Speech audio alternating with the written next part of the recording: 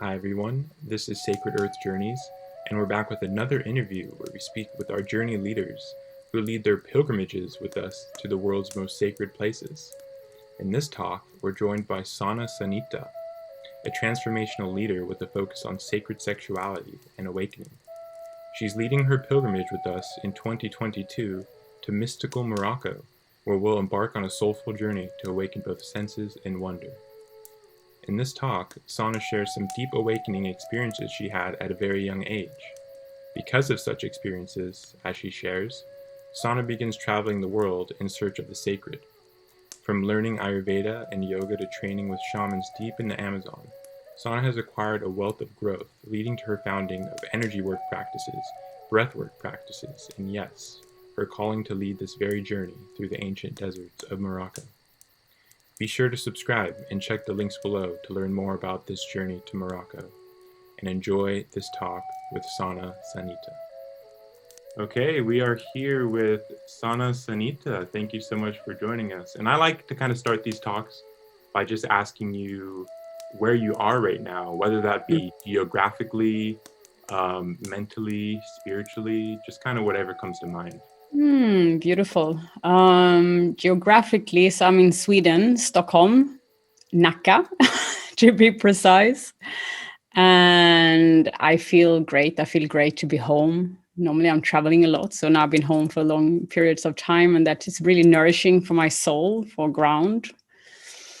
And spiritually, like I'm in this rebranding process, I would say.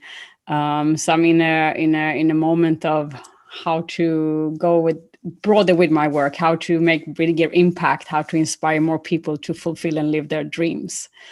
So I'm in an excited time period of my life, I would say. Yeah, wonderful. That could be quite the journey to try to Mm-hmm. get out more and create more content and yeah, rebranding. That's a Yeah, whole thing that opens up and yeah, can lead to a lot of inner discovery and things. So yeah, congrats on absolutely. that. Yeah, thank So you. you are leading your pilgrimage with Sacred Earth Journeys Uh-huh. in November of 2022 called Mystical Morocco. And the theme is kind of a soulful journey to awaken senses and wonder. Um, and you have kind of a lot of experience that's led up to you leading this journey, it seems, from anything from like Ayurveda and yoga teacher trainings to studying with shamans in the Amazon. You seem to have this rare combination of skill and experience. Can you kind of expand on this and what originally prompted this kind of like inner search for the sacred when you were younger? Yeah, absolutely. So I got a little bit of chills when you say that.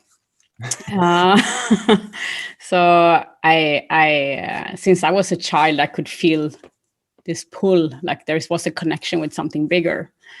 So it's already started in my childhood without me knowing it, basically. I even remember saying to my mother, I'm like, Mom, we're just a smaller cell in a bigger cell, And she's like, yeah, right. And I remember having these beautiful experiences falling into the void when I was going to sleep, and just this deep sense of trust to life, like a deep sense of deep trust.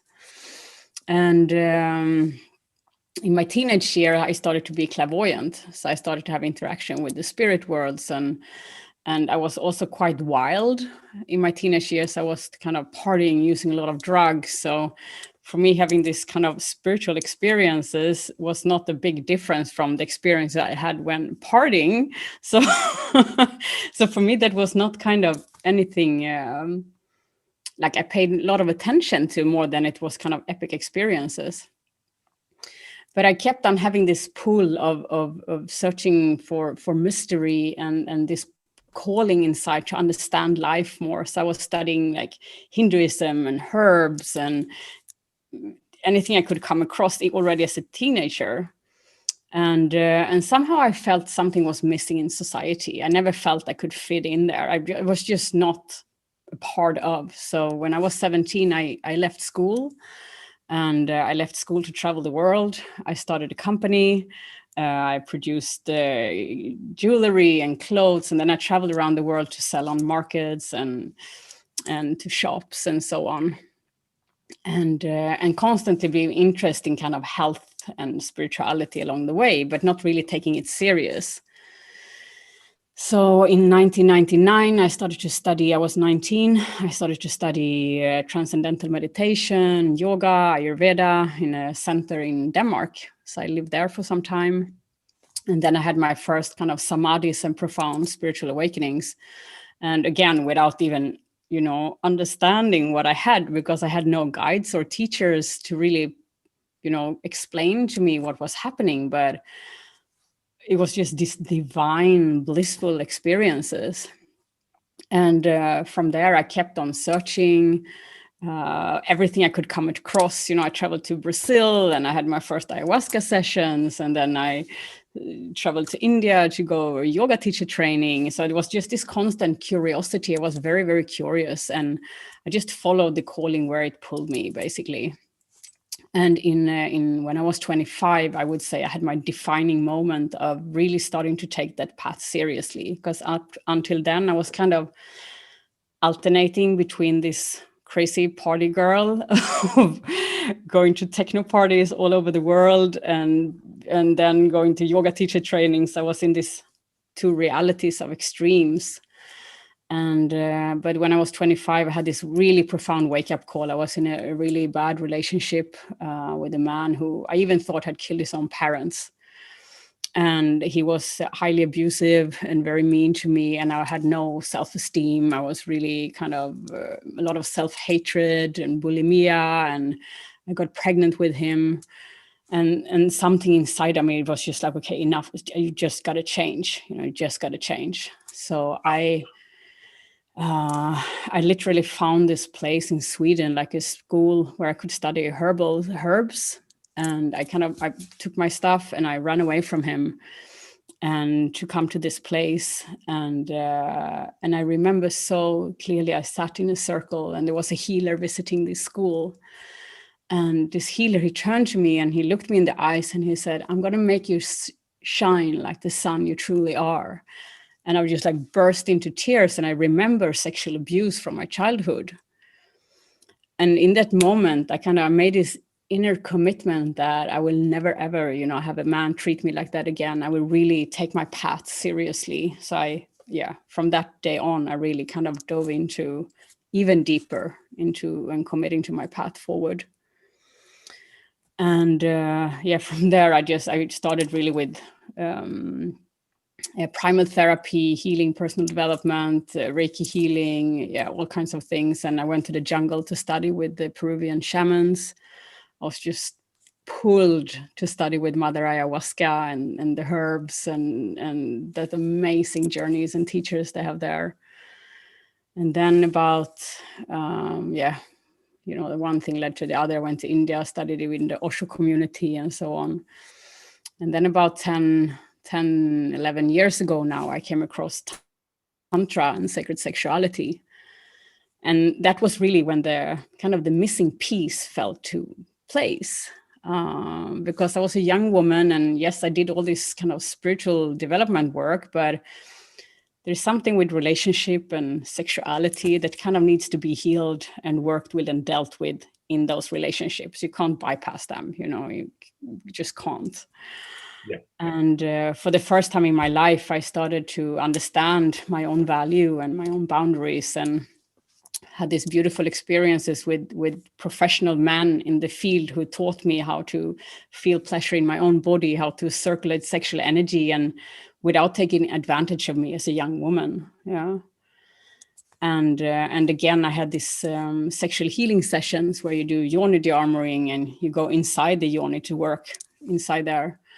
And this is when I had my second kind of really defining moment, where I had a profound spiritual awakening, like a full bliss and pain at the same time. I remember sitting in deep prayer after this session and just committing myself once more to, like, I wanted to learn this and share this with as many as possible on the planet, because it's so potent work.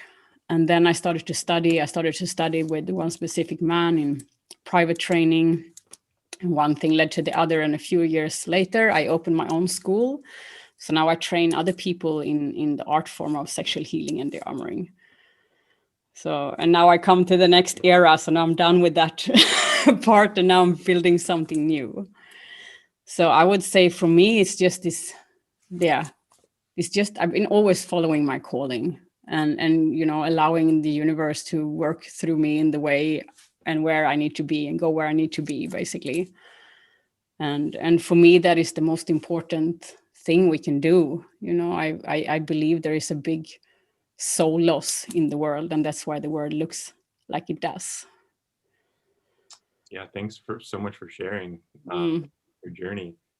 I think it's very relatable. In the beginning of your journey, you mentioned how you're kind of having these subtle awakenings and becoming clairvoyant and such, and kind of telling your parents things like, "Oh, we are just a smaller cell and a bigger cell." Yeah. And I feel like when we're younger, um, these things start to happen, and we don't really have guideposts to teach us how to use this energy. So we maybe can turn to toxic things like partying and end up in toxic Mm. relationships, because Exactly. we have this positive energy in us Mm. that needs to be used, and we kind of need Yeah. to be seen, and we need to be heard, and we need Mm. to be around energies that'll help us nourish these Mm. gifts.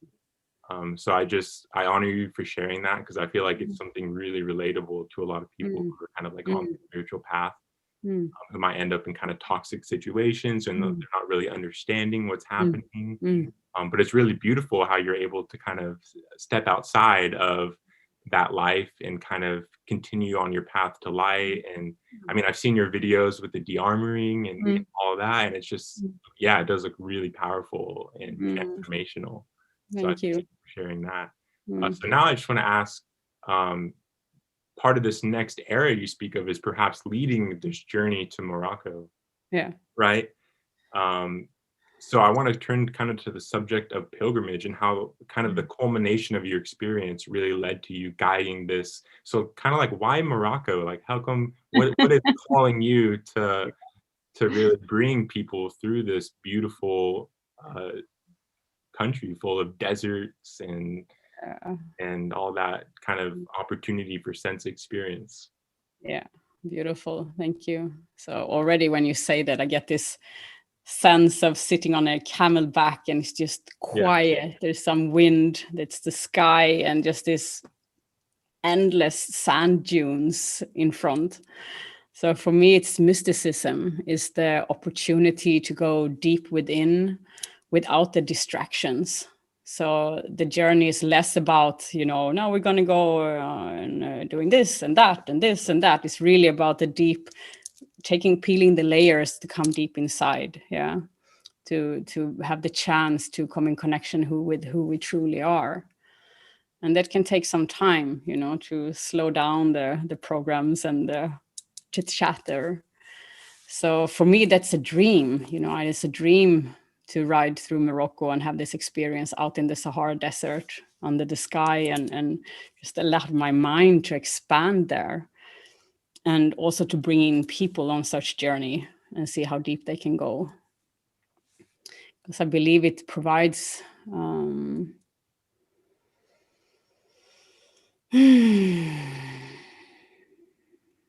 there is so much richness that can arise, and wisdom that can arise in such places. Mhm. I feel it's more about the desert to deliver than to be honest. Mhm. Right. Yeah, I mean, and that's kind of what Sacred Earth Journeys is about. It's about the Yeah. power of place. Yeah. What kind of transformational uploads can Yeah. acquire just from Yeah. being in a place, Yeah. right? Exactly. Yeah, I Exactly. feel like Yeah. what you're saying really speaks to that. Yeah.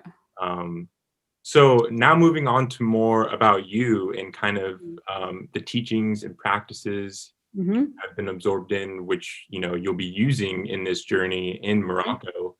Um, and I think really part of your vision has been exploring sexual, uh, sexuality, sacred sexuality, and kind of like our capacity. Part of your vision is we becoming like the best version of ourselves, reaching our full capacity as human beings. So, what, in your opinion, does reclaiming our inherent sexuality, like Mm-hmm. our power as sexual beings, have to do Yeah. with stepping into this full power? Yeah, I love that. I love that. So, I mean, just when you say this word sexuality, just the word itself has so much judgments. Yeah.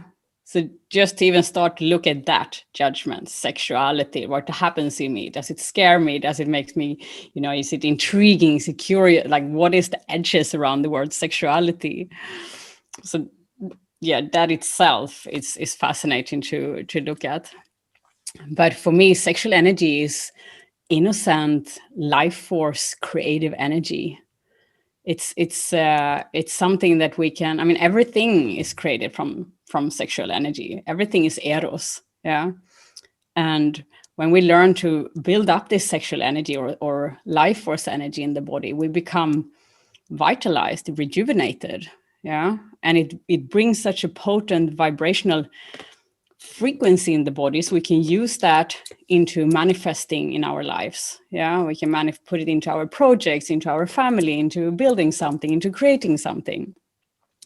And we become very vibrant and radiant in ourselves. It creates more joy. Yeah, it has a very positive or uplifting frequency in the body. So for me, that it's pure power, I would say. And then, of course, we can use it for spiritual awakenings, when we use it and learn to circulate sexual energy in lovemaking, for example, tantric lovemaking. We can use that as fuel to awakening. Yeah, it's like an highway to awakening. And also for me, it's when I'm in deep connection with my sexuality or sensuality, I become more in tune with the world around me. Like, I start to feel less separation. I feel more inclusion. I feel more inclusion of, I was just watching the tree outside. It's like I can connect with the tree. It's like I become more, my senses are more awake. So I just become more in tune with the nature around me. And I believe, because if you look at it on a level of frequency, and how, for example, religious beliefs have put so much negative conditioning onto the word sexuality and sexual energy. So most people are conditioned to live out of fear or judgments or shame and guilt around sexuality. And shame and guilt are the lowest frequencies that you can vibrate from. So if we vibrate from shame and guilt, it's very easy to control us. But if we allow this potent energy to run, we won't be as easily manipulated. And that's, my theory. Like, how come that such an innocent, beautiful, powerful energy being bombarded with all these judgments? And what would happen if majority of humanity wakes up to that power? What would be the shift? Yeah, because if people are connected with the power, they won't be able to be controlled in the same way. And that's really where I'm getting passionate when I say that, because that's really where my mission goes. Ultimately, I want people to be free. I want people to see through these veils that we live in, the conditioning, the social conditioning and programming. And I think that's crucial to wake up to that. Right. So, yeah, I mean, I agree that there's been a lot of shame surrounding sexuality. And you mentioned how this can come from kind of just more traditional, certain religious institutions. Mm-hmm. And you answered the question really perfectly in describing how sexuality and embracing our sexuality and not falling into the frequency of shame and guilt, which has kind of been wrongly infused with the idea of sexuality for perhaps thousands of years now. And I mean, it's quite obvious that it's still in our society in a lot of ways. So your mission to kind of bring to light. And I really like how you kind of talk about sexuality in a way where it's an energy. It's like a creative energy. It's not just, hey, having sex. It's has to do with like our very existence as human beings. Yeah. Exactly. So it's really beautiful to bring that to light as well, because it helps think about sexuality in a new way, in a constructive way. Yeah, exactly.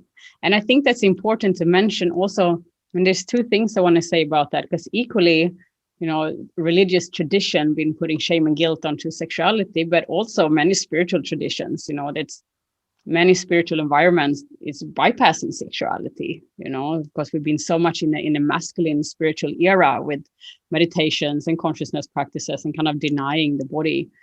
And I believe in the awakening of the feminine and the merging of the two, and embracing our shadows, embracing our emotions in a conscious way, deal with the shit in here like that all of us have, and including our sexuality, and deal with the shadows around sexuality for wholeness. Yeah, how can we ever be whole if we don't go for full inclusion? Like enlightenment, isn't that an non-resistance? Yeah.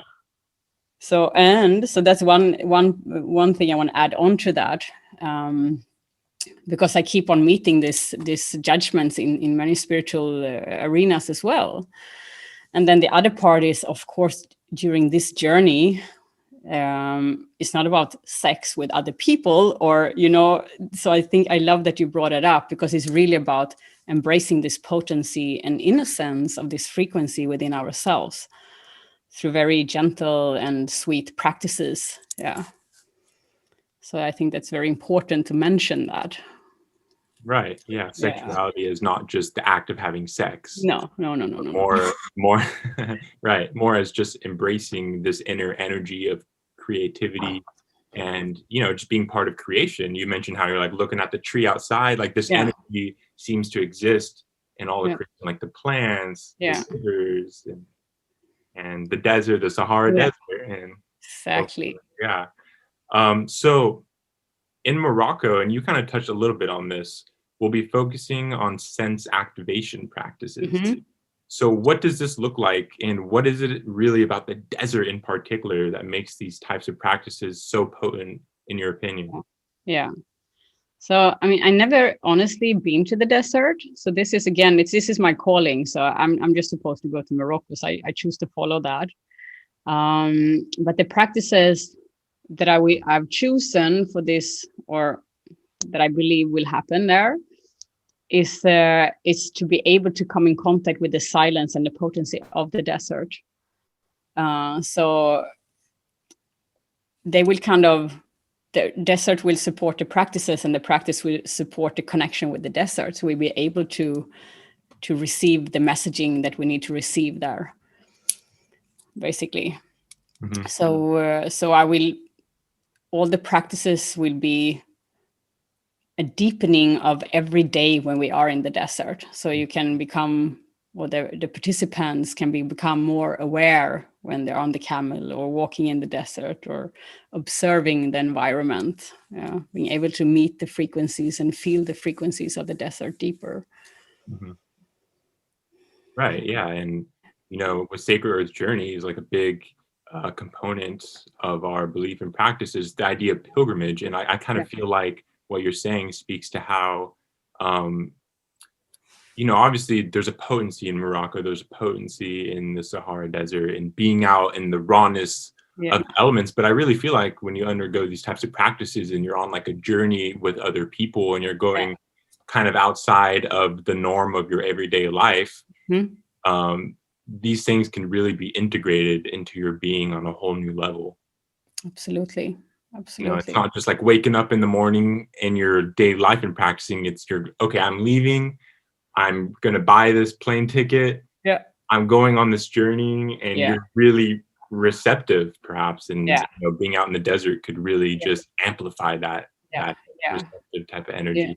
Oh, yeah, absolutely. This is because all the distractions are gone, the daily distractions, exactly. And the invitation there is really what I want to invite is to go into a deep contemplation while being there, like on a soul level. Yeah. Mm-hmm. So ultimately, like, where am I in my life? What do I want to do with my life? Am I true to myself? Am I really doing what I love? How more true to myself can I be? Like, I want to inspire all of those thoughts and experiences as well. Yeah. To really become more authentic and true with oneself. Mm-hmm. And hopefully touch the deep mystery. Yeah. Yeah.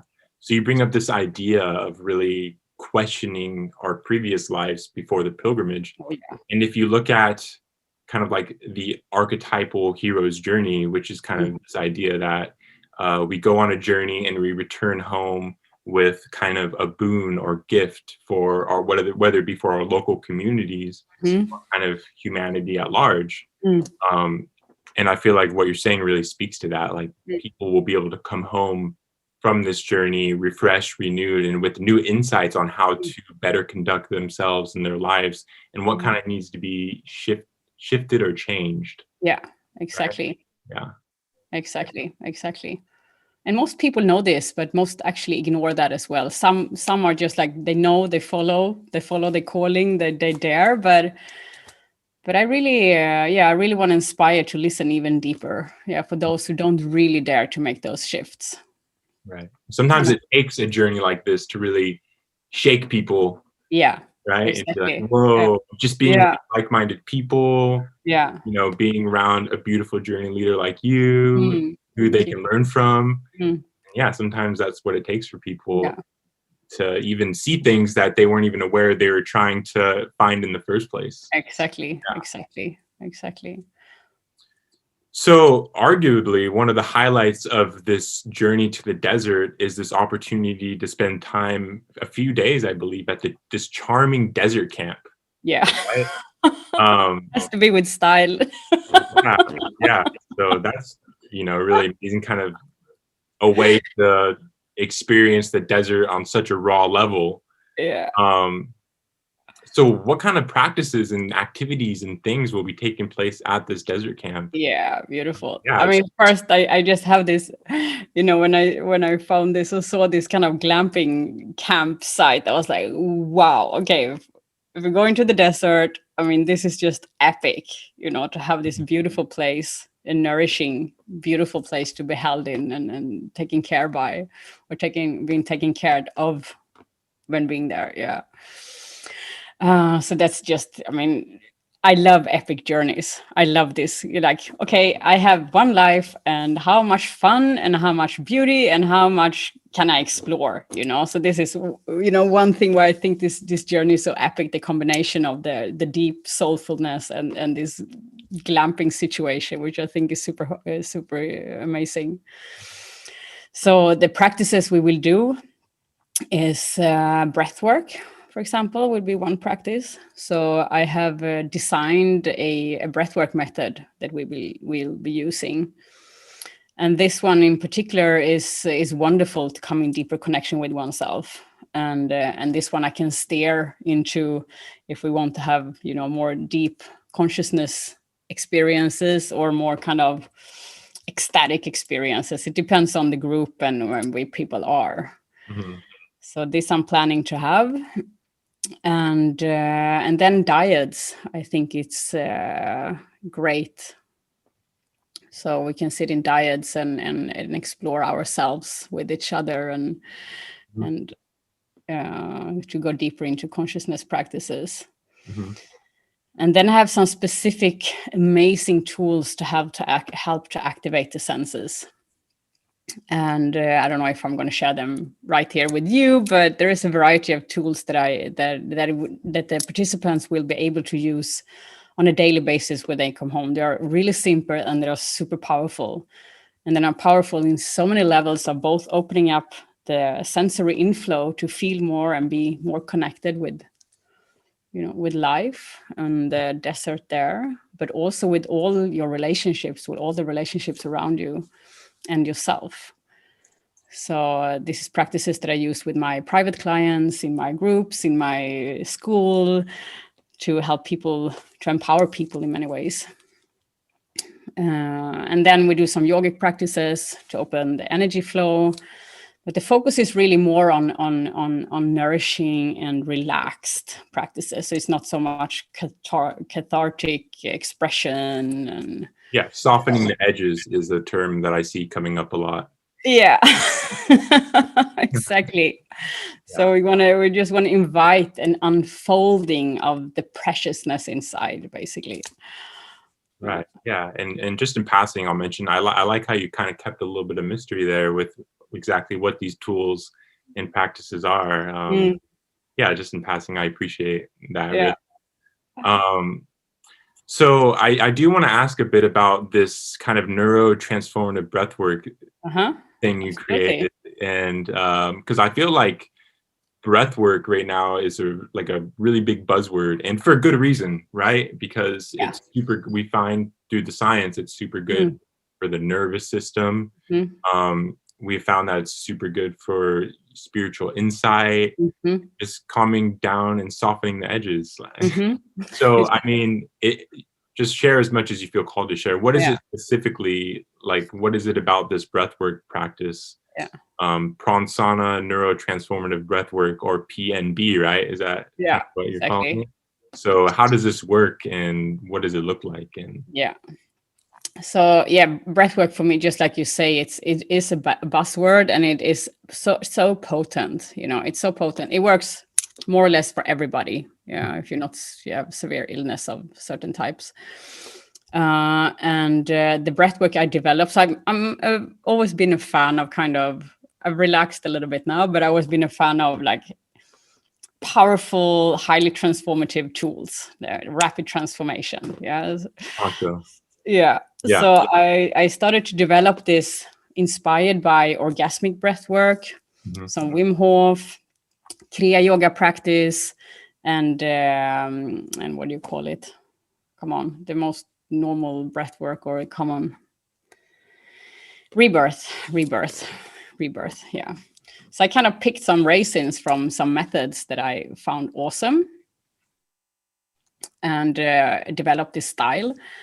And the beauty of this breath work is that first we always breathe through the mouth, but then you always breathe as if you're sucking a straw, which in itself does that we get more oxygen into the blood. So it goes faster and it goes deeper. It goes deeper faster. Yeah. So you get the benefits faster. And then there's a series of breath we go from slow to faster to faster to faster breath. And then we combine that with breath retention between 1 and 2 minutes.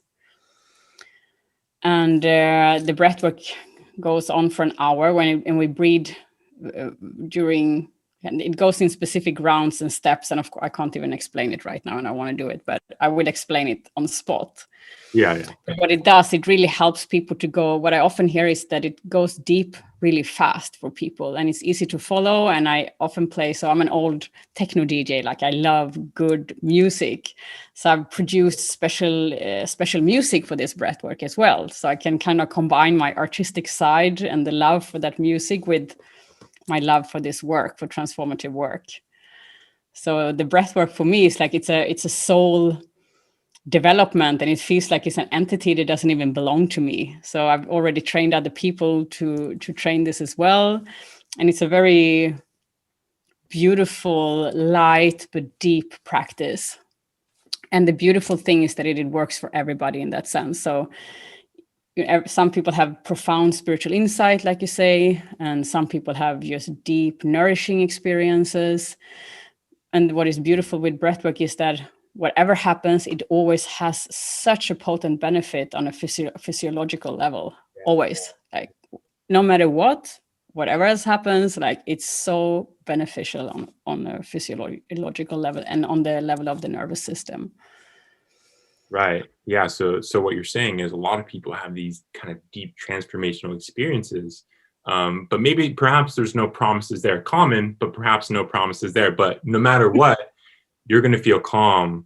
You're going to feel like maybe energized. And I can relate with this because I practice breathwork myself, and I like to practice it while I'm walking. Oh So I yeah. go for like Wow. hour-long walks, and by the end of my sorry, How do you do it then when you walk? I like to do I count. So 4 steps inhale and 4 steps exhale. Oh yeah. And by the end of it, I'm like vibrating, you know? Of But it's course. like this energetic vibration, but Mm. also really calm. Like I feel Exactly. like by the end of it, I'm like, oh, like like these big wide yawns. Yeah. Yeah.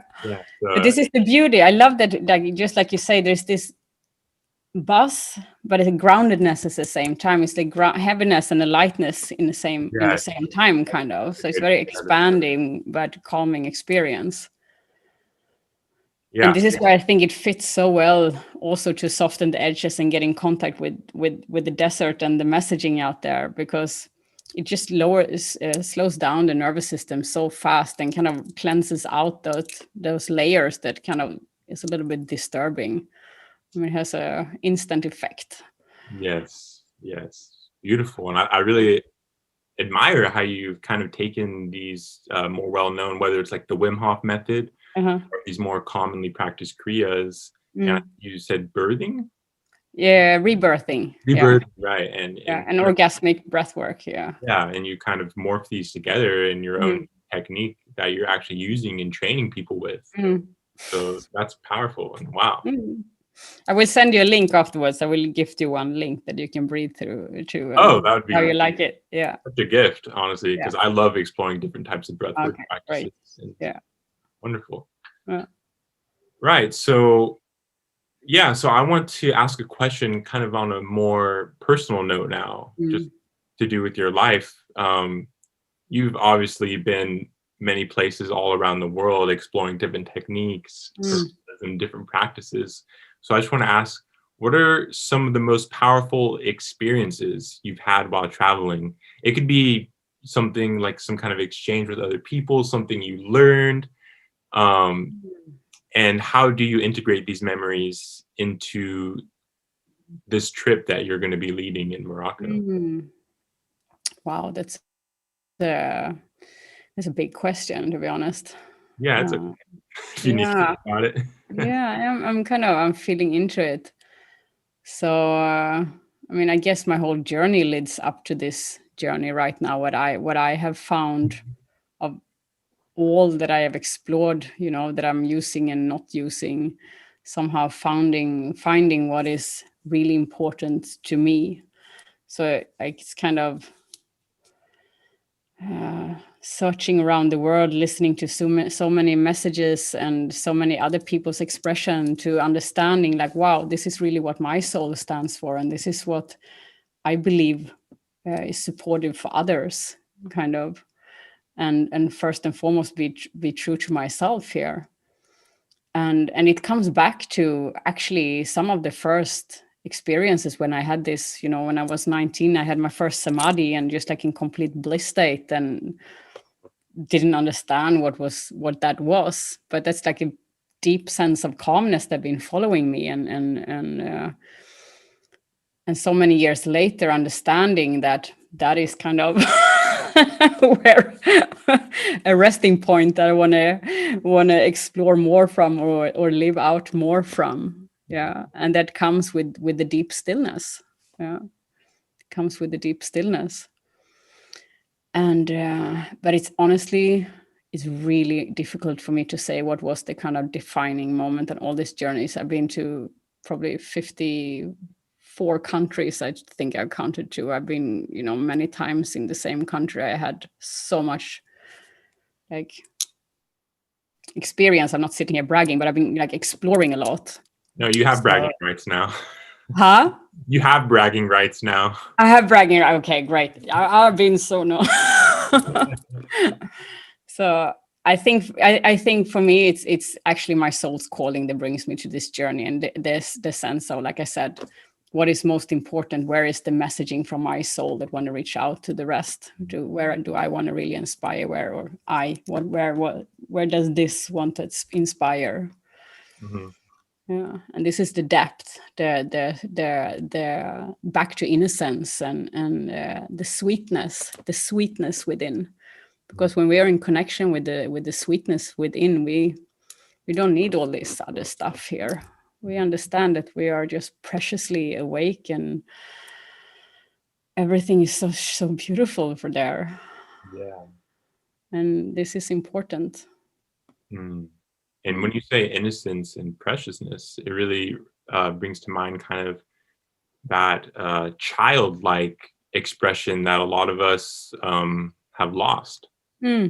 Um, in this kind of way of kind of re-examining how we can awaken our like inner child to Mm, kind of experience the world in that way again, mm, more like free flowing, um, just kind of shedding all the worries. And I Yeah. feel like that's really what this journey is about in Mm. some ways. And I like Yeah. how you went Yeah. back to, when I asked the question, you, after everything, you still come back to that moment at 19 years old Mm. of experiencing that bliss state, Mm.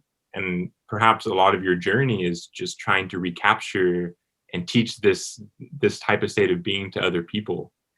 Yeah, and I also let go of that because I, Okay. which is probably a classic, on the path. It's like trying to grasp for a certain state or experience, and realize how much suffering that create. To just like let that go. So, but yes, there is this frequency, the memory, and the humbleness in kind of the trust of the delivery of the universe. Yeah. Hmm. Very abstract wording. Yeah. Hmm. Okay. So we've kind of touched a bit on this, but I think it's important to bring up again, just because with Sacred Earth Journeys, this idea of Mm. pilgrimage is so potent, and part of our message is trying to really bring pilgrimage back, a different way of traveling, because so many people are interested in traveling. Um, Yeah. but this idea of pilgrimage and traveling for more of a sacred purpose, Yeah. something we're really trying to reawaken on even a mass Mm. level.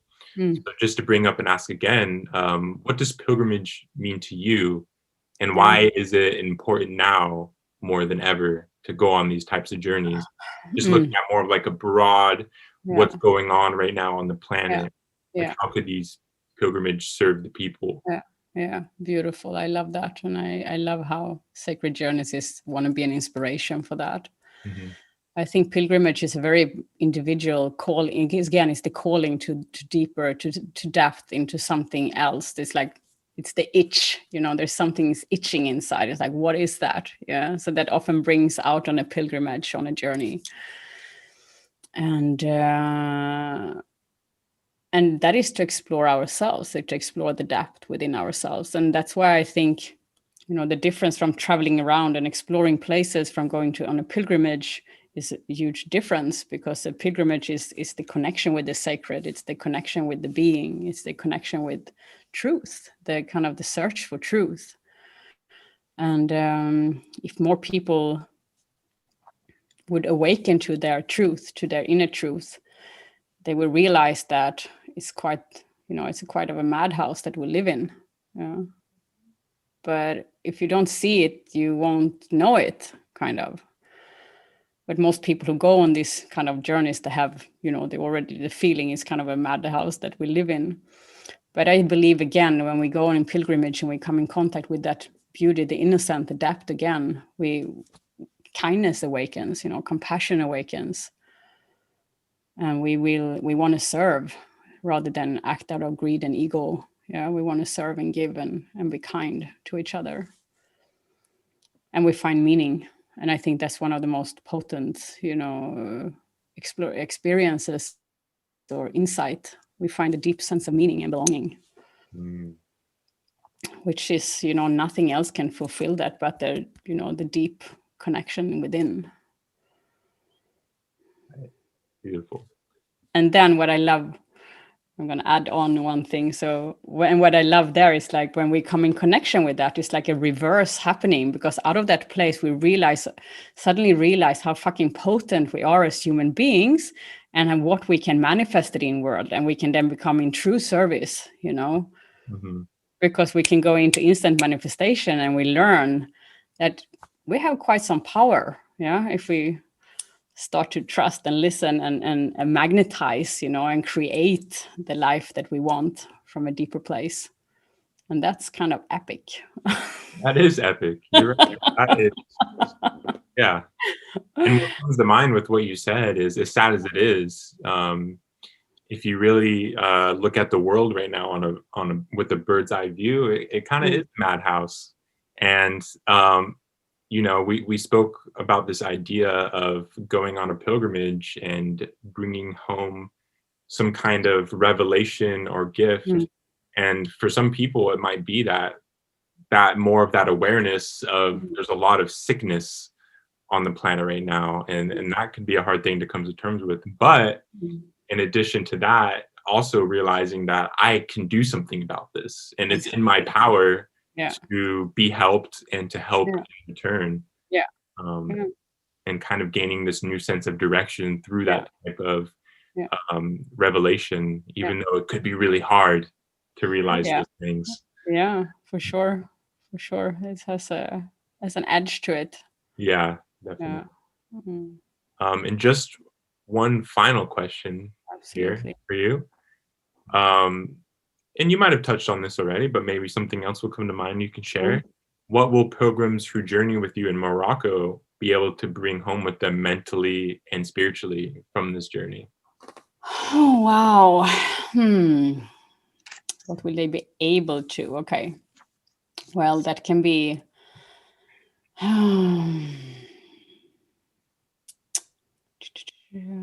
different things. So when I tune into mentally, I just sense, there comes a sense of peace into my body. So peace and relaxation on a mental level, expansion, receptivity. Yeah. And with that insight, I mean, it's so individual, but the energetic feeling that I receive and want to transmit is the sense of belonging. Yeah. And what else on a mentally and on a spiritual level? Well, the opportunity to come in contact with the deep wonder of life, with the mystery, and reconnect with the wonder child, and be able to feel and sense isness on a deeper level. And what I love, what my work is a lot about, is not to get so serious about this path. So I'm a lot about, the tickle the humor and the playfulness and the lightheartedness, and to be able to live fully. Yeah. So I often see like integrated spirituality on 3 levels. It's like soul, on a personal, on a soul level, on a spiritual level. And I think that's how can we ever live a full-blown life if we're not connected to all the levels? And sometimes we are, in a heightened state of consciousness, and everything is just perfection. And it's like, I don't need anything else. It's just bliss. And then sometimes we are in a soul level, and we just like, we want to serve, we want to change the environment, we want to help the animals, we want to serve the collective. And then we drop down into our personality.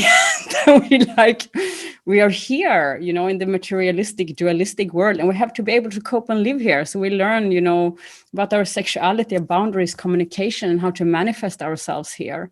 And this is really where I want to invite participants to bring home. It's not to exclude one or the other. It's just like the insight and understanding that, this is just a coexistence of the 3 stages, of 3 states: spirit, soul, and personality. Yeah.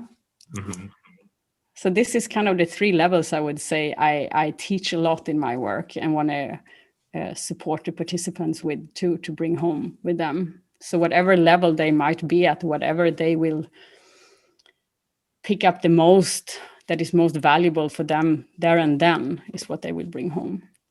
And I will make sure to provide something on each, in the best way as I can, something on each level.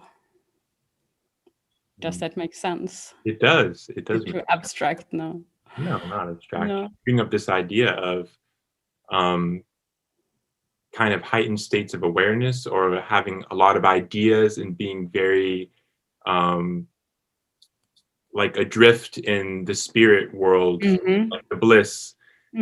But we need to remember our ground, like our earth, our personality, and we need to work with both the upper and the lower in order to like integrate what we actually have come here to serve. That's what I got from that, and beautiful.